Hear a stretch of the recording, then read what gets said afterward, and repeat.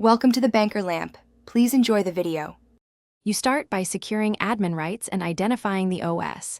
This matters because uninstall commands differ. Once done, stop the Sentinel Agent processes and services so files aren't locked.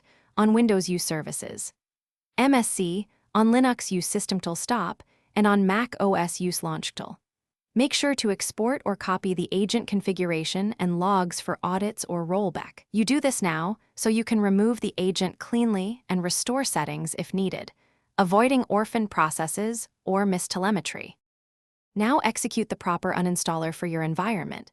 On Windows, run msexec/x with the product code or use the vendor removal utility, while on Linux, use apt, yum, or rpm remove commands. Once the package is gone, manually remove leftover directories, binaries, and cache to prevent reactivation. Then clean up scheduled tasks, cron entries, systemd units, or launched plists the agent added. You must remove these remnants, so the OS won't try to restart components or leave security hooks active. Finish by verifying the agent is fully gone. Check running processes, loaded services, and open ports.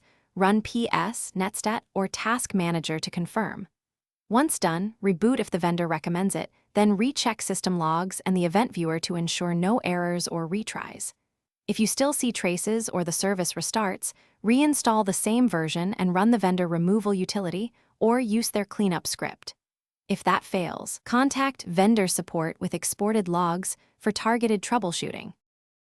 Thanks for watching. If this was helpful, leave a like and consider subscribing. See you next time.